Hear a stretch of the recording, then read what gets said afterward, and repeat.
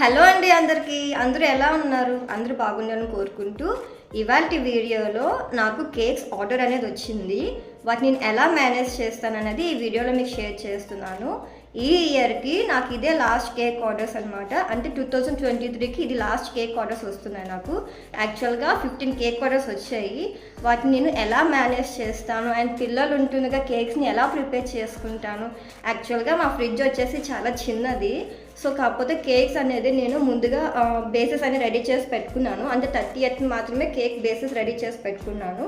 And 31st వచ్చేసి cake పైన cream అది అప్లై చేసుకోవడం అనేది వీడియో మీకు క్లియర్గా షేర్ చేస్తానండి. ఈ వీడియోలో ఎక్కడ స్కిప్ చేయకుండా వీడియో మొత్తం క్లియర్గా చూస్తే మీకు క్లియర్గా అర్థమవుతుంది కేక్స్ అనేది మనం ఎలా ప్రిపేర్ చేసుకుంటాం అనేది. డిసెంబర్ 31కి ఇదే లాస్ట్ వీడియో అనమాట. సో ఈ వీడియో నాకైతే చాలా స్పెషల్ అండి. సో మీకు కూడా చాలా స్పెషల్ అని అనుకుంటున్నాను. ఎందుకంటే ఈ ఇయర్కి నాకు 15 కేక్ ఆర్డర్స్ అయితే వచ్చాయి. లాస్ట్ ఇయర్ కూడా నేను కేక్ సేల్ చేశాను. కాకపోతే 5 to 6 అయితే ఆర్డర్ చేశాను. కానీ ఈ ఇయర్ మాత్రం నాకు 15 వరకు కేక్ ఆర్డర్స్ వచ్చాయి. అండ్ ఇంకా కూడా ఎక్కువ వచ్చాయి. కాకపోతే నేనైతే తీసుకోలేదు. ఎందుకంటే ఎక్కువగా సేల్ చేయలేనని చెప్పేసి తీసుకోలేదు. అండ్ పిల్లలతో ఉంటాను కదా, కొంచెం నాకు టైం కూడా సరిపోదని చెప్పేసి కేక్ అయితే నేను ఆర్డర్స్ తీసుకోలేదు. సో ఈ ఇయర్కి ఇదే లాస్ట్ వీడియో అనమాట. సో వీడియో అయితే కొంచెం లేట్గా పోస్ట్ అవుతుంది. ఎందుకంటే వీడియో మొత్తం ఎడిట్ చేయాలి కాబట్టి. సో వాటి కోసం మీరైతే ఈ వీడియో అనేది నాకు చాలా స్పెషల్గా ఉండబోతుందండి. మీకు కూడా అంతే స్పెషల్ అని అనుకుంటున్నాను. సో 15 కేక్స్ని నేను ఎలా ప్రిపేర్ చేసుకున్నాను అండ్ వీటిని ఎలా మేనేజ్ చేసిన అనేది ఈ వీడియోలో మీకు క్లియర్గా ఎక్స్ప్లెయిన్ చేస్తానండి. వీడియో మాత్రం ఎక్కడ స్కిప్ చేయకుండా చూసేయండి. నాకు ఎక్కువగా ఆర్డర్ వచ్చింది బటర్ స్కాచ్ కేక్ అండి. So butter scotch cake prepare చేయాలంటే బటర్ స్కాచ్ నట్స్ కావాలి అండ్ బటర్ స్కాచ్ సాస్ కావాలి. సో బటర్ స్కాచ్ నట్స్ కోసం నేనైతే ఇప్పుడు ప్రిపేర్ చేస్తున్నానండి. ఫస్ట్ స్టవ్ పైన ఒక ప్యాన్ పెట్టుకొని 1 కప్ షుగర్ యాడ్ చేసుకోవాలి. స్టవ్ మీడియం ఫ్లేమ్లో పెట్టుకొని షుగర్ని అంతా మెల్ట్ చేసుకోవాలి. షుగర్లో వాటర్ ఏమి యాడ్ చేయకుండా మెల్ట్ చేసుకోవాలి. మనకి ఇది బ్రౌన్ టెక్స్చర్లోకి వస్తుంది అనమాట. అంటే క్యారమెల్ లాగా అయిపోతుంది. ఇప్పుడు ఇందులో 2 టేబుల్ స్పూన్ బటర్ యాడ్ చేసుకోవాలి. అన్సాల్టెడ్ బటర్ ఉంటుంది కదండి, సో అది యాడ్ చేసుకోవాలి. అది యాడ్ చేసుకొని బాగా మిక్స్ చేసుకోవాలి. ఒక 2 టేబుల్ స్పూన్ బటర్ అయితే మనకు సరిపోతుందండి. మనం 1 కప్ ఆఫ్ షుగర్ తీసుకున్నాం కాబట్టి. మీరు ప్యాన్లో వేసుకున్నాక ఎటువంటి వాటర్ కూడా ఏమీ యాడ్ చేయకూడదు. స్టవ్ని లో ఫ్లేమ్లో పెట్టుకొని షుగర్ అంతా బాగా కరిగినంత వరకు మిక్స్ చేసుకోవాలి. అలా అయితే మనకి క్యారమెల్ అనేది మంచిగా వస్తుంది అనమాట, లేకపోతే మాడిపోయే ఛాన్స్ ఉంటుంది. సో బటర్ యాడ్ చేసుకున్న తర్వాత 2 minutes వరకు క్యారమెల్ని బాగా ప్రిపేర్ చేసుకోవాలి. ఇప్పుడు ఇందులో ఫైన్గా చాప్ చేసుకున్న కాజు అండ్ ఆల్మండ్స్ వేసుకోవాలి. కాజు ఆల్మండ్స్ యాడ్ చేసుకొని బాగా మిక్స్ చేసుకోవాలి. కాజు అండ్ ఆల్మండ్స్కి మనం చేసే క్యారమెల్ సాస్ అంటే బాగా పట్టేటట్టు చూసుకొని స్టవ్ ఆఫ్ చేసుకోవాలి. ఎక్కువసేపు స్టవ్ పైన ఉంటే మనకి ఇది మాడిపోతుందండి.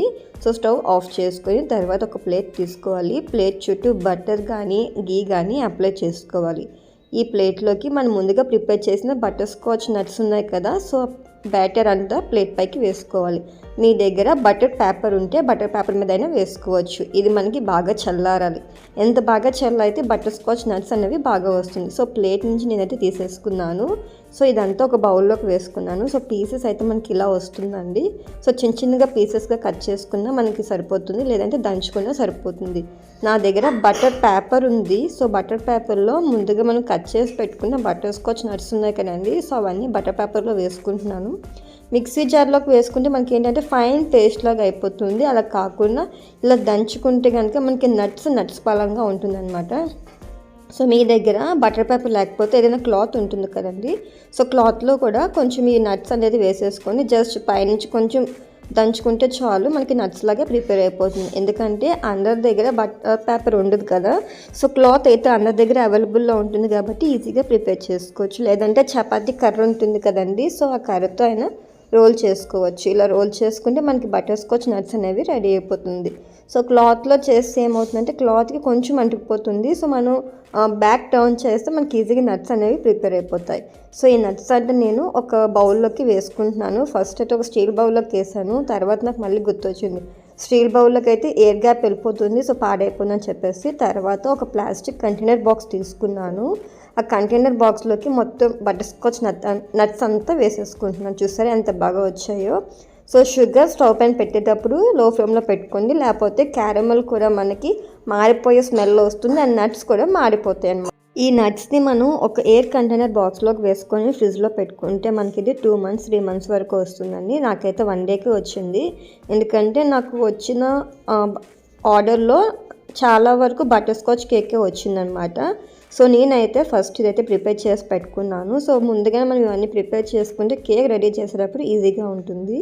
సో బటర్ స్కాచ్ నట్స్ అయితే ప్రిపేర్ అయిపోయి తర్వాత బటర్ స్కాచ్ సాస్ ప్రిపేర్ చేస్తున్నాను. సో వాటి కోసం షుగర్ని ఒక ప్యాన్లో వేసుకొని స్టవ్ పైన పెట్టుకున్నాను. 1 cup షుగర్ తీసుకున్నానండి.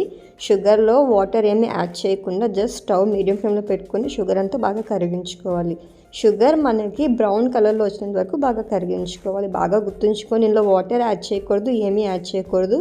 జస్ట్ షుగర్ మాత్రమే క్యారమల్ చేసుకోవాలి. ఇలా బ్రౌన్ కలర్లోకి వచ్చిన తర్వాత బాగా మిక్స్ చేసుకోవాలి. ఇలా మిక్స్ చేసుకున్న తర్వాత 3 tablespoons ఆఫ్ అన్సాల్టెడ్ బటర్ని యాడ్ చేసుకోవాలి. సాల్టెడ్ బటర్ యాడ్ చేస్తే మీకు క్యారమిల్ అనేది ఉప్పుగా వచ్చేస్తుంది. సో అంత బాగోదు. సో అన్సాల్టెడ్ బటర్ యాడ్ చేసుకుంటేనే మనకి క్యారమిల్ అనేది మంచి టేస్ట్గా ఉంటుంది అండ్ స్వీట్ టెక్స్చర్లో ఉంటుంది. లేదంటే ఉప్పుగా అయిపోతుంది. ఇలా మిక్స్ చేసుకున్న తర్వాత 1 cup విప్పింగ్ క్రీమ్ తీసుకోవాలి. మీ దగ్గర విప్పింగ్ క్రీమ్ లేకపోతే ఫ్రెష్ అమూల్ క్రీమ్ ఉంటుంది కదండి, సో అదైనా తీసుకోవచ్చు. క్రీమ్ అంతా యాడ్ చేసుకున్న తర్వాత బాగా మిక్స్ చేసుకొని ఒక 10 minutes తర్వాత స్టవ్ ఆఫ్ చేసుకోవాలి. ఇదంతా నేను ఒక బౌల్లోకి తీసి పెట్టుకున్నాను. మనకి ఇది చల్లగా అయితే కొంచెం దగ్గరికి అయిపోతుంది. సో అందుకనే ముందుగానే కొంచెం వాటర్గా ఉండేటప్పుడు తీసి రెడీ చేసి పెట్టుకోవాలి. ఇప్పుడైతే నేను ఒక కేక్ అనేది మీకు చూపిస్తున్నానండి. సో ఇది వచ్చేసి బటర్ స్కాచ్ కేక్ చూపిస్తున్నాను విత్ ఎగ్.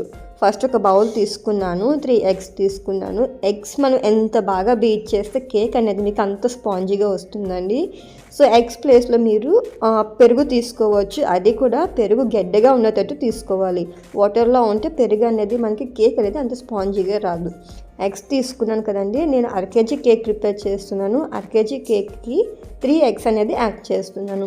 ఎగ్ మనం బీట్ చేసుకునేటప్పుడు పైకి నురగలాగా రావాలి అండ్ ఎగ్ టెక్స్చర్ కూడా మారాలి. ఎల్లో నుంచి మనకి వైట్ కలర్లోకి రావాలి. అంతవరకు బీట్ చేసుకుంటే కేక్ అనేది చాలా బాగుంటుంది. ఇప్పుడు ఇందులో 1 cup షుగర్ పౌడర్ని యాడ్ చేస్తున్నాను. షుగర్ పౌడర్ కూడా యాడ్ చేసుకున్న తర్వాత ఈ బ్యాటర్ అంతా మనకి ఒక క్రీమీ టెక్స్చర్లోకి రావాలి. మనం విప్ చేస్తున్న కొద్దీ అది ఒక స్టిఫ్ పీక్స్ లాగా రావాలి. అంతవరకు బీట్ చేసుకోవాలి. ఇప్పుడు ఇందులో 1/2 cup ఆయిల్ యాడ్ చేస్తున్నాను and 1/2 teaspoon butter scotch essence add చేస్తున్నాను. మీ దగ్గర బటర్ స్కాచ్ ఎసెన్స్ లేకపోతే వెనిలా ఎసెన్స్ అయినా యాడ్ చేసుకోవచ్చు. ఇప్పుడు దీన్ని బాగా బీట్ చేసుకోవాలి. ఈ ప్రాసెస్ అంతా మీరు మిక్సీ జార్లో కూడా చేసుకోవచ్చు అండి.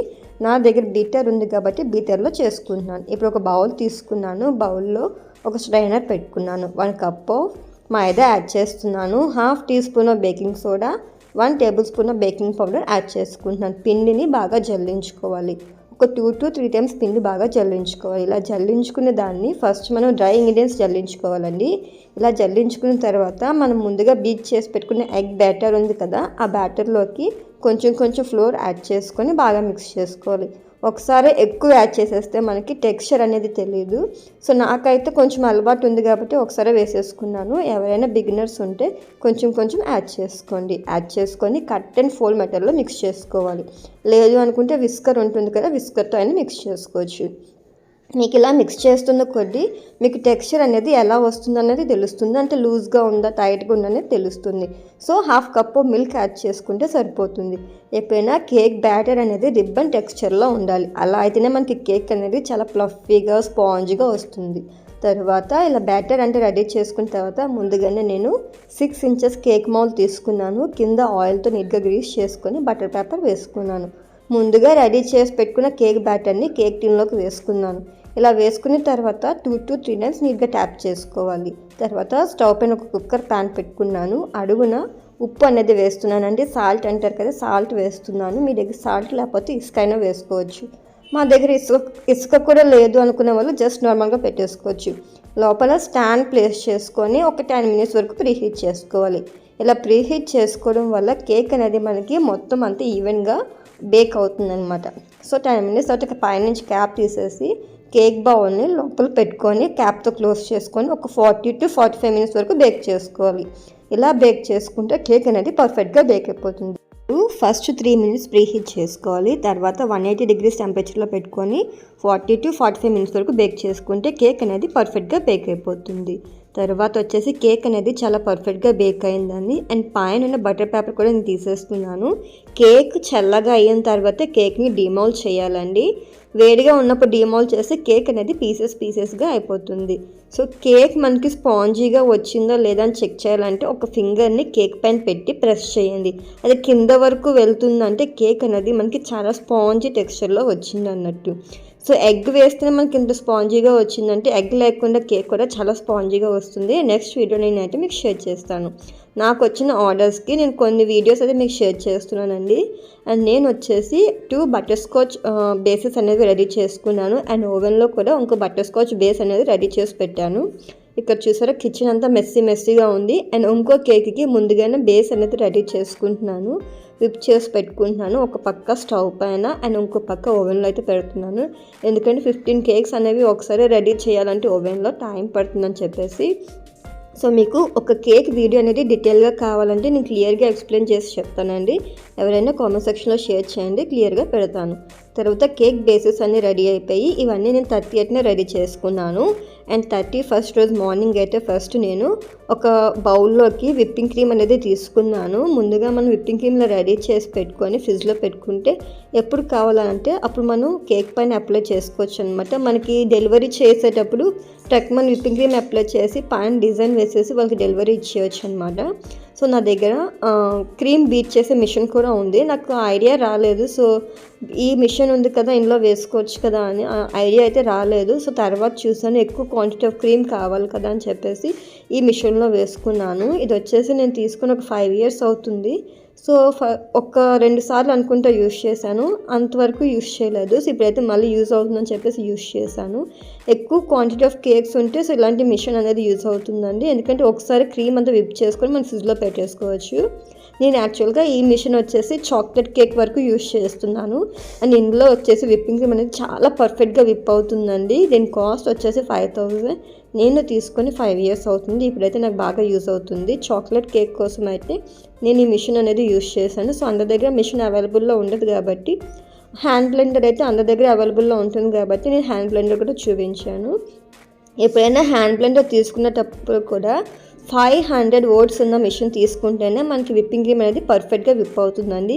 లేదు 300-200 voltsలో ఉన్నది తీసుకుంటే విప్పింగ్ క్రీమ్ అంత బాగా పర్ఫెక్ట్గా విప్ అవ్వదు. అండ్ మనం విప్ చేసేటప్పుడు కూడా అది వాటర్లో ఉంటుంది.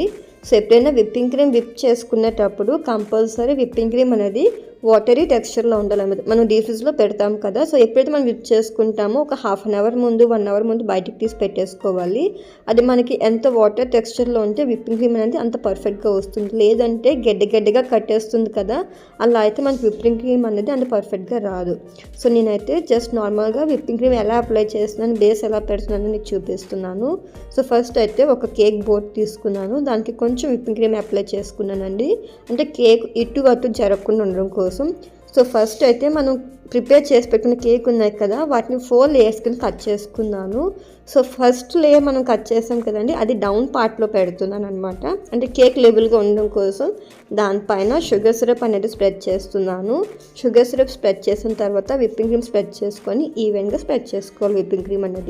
విప్పింగ్ క్రీమ్ ఈవెన్గా స్ప్రెడ్ చేసుకున్న తర్వాత మనం బటర్ స్కాచ్ ఎసెన్స్ ప్రిపేర్ చేసాం కదండి, అది కూడా విప్పింగ్ క్రీమ్ మీద వేసుకొని ఈవెన్గా స్ప్రెడ్ చేసుకోవాలి. అలానే సెకండ్ లేయర్ కూడా పెట్టుకోవాలి.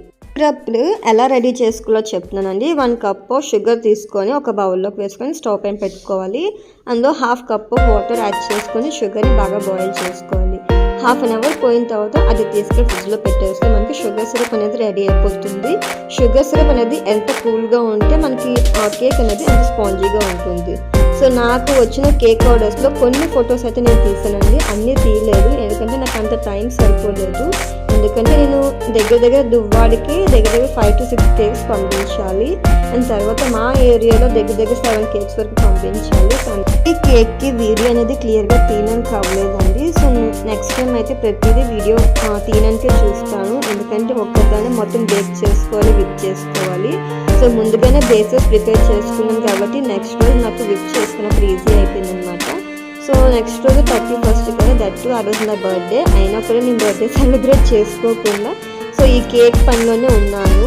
అండ్ తర్వాత కేక్ బోర్డ్స్ అయితే తెప్పించుకున్నానండి. ఎందుకంటే కేక్ బాక్సెస్ మనం కంపల్సరీ పంపించాలి కదా. So cake boxes and cake పెట్టుకోవడానికి కవర్స్ ఇవన్నీ రెడీ చేసి పెడుతున్నాను. ఈవినింగ్ 5 కల్లా మొత్తం అందరికీ పంపించాలని చెప్పేసి. అండ్ ఆఫ్టర్ 5 తర్వాత మా ఏరియాలో ఉన్న వాళ్ళకి నేనైతే డిస్ట్రిబ్యూట్ చేసుకున్నాను ఎవరెవరికి కావాలో అనేది.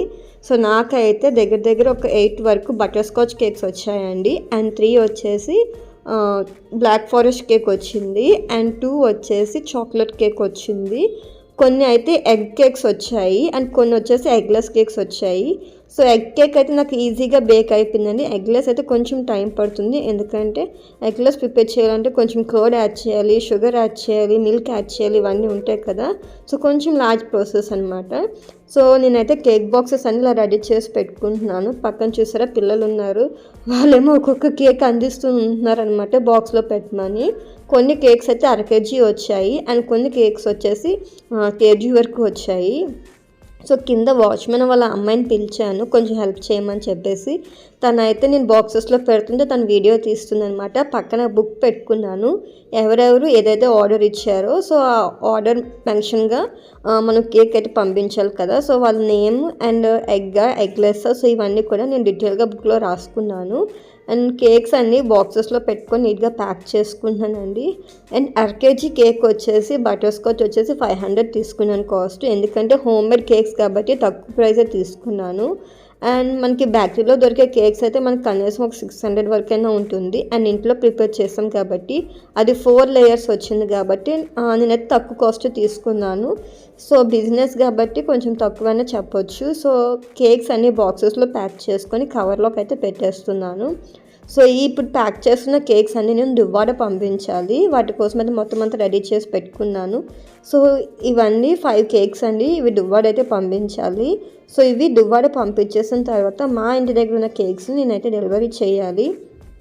తర్వాత మా చాకలాంటి ఉన్నారు, సో ఆవిడ కూడా కేక్ కావాలన్నారు. సో ఇవి పంపించిన తర్వాత అవి కూడా డెలివరీ చేయాలన్నమాట.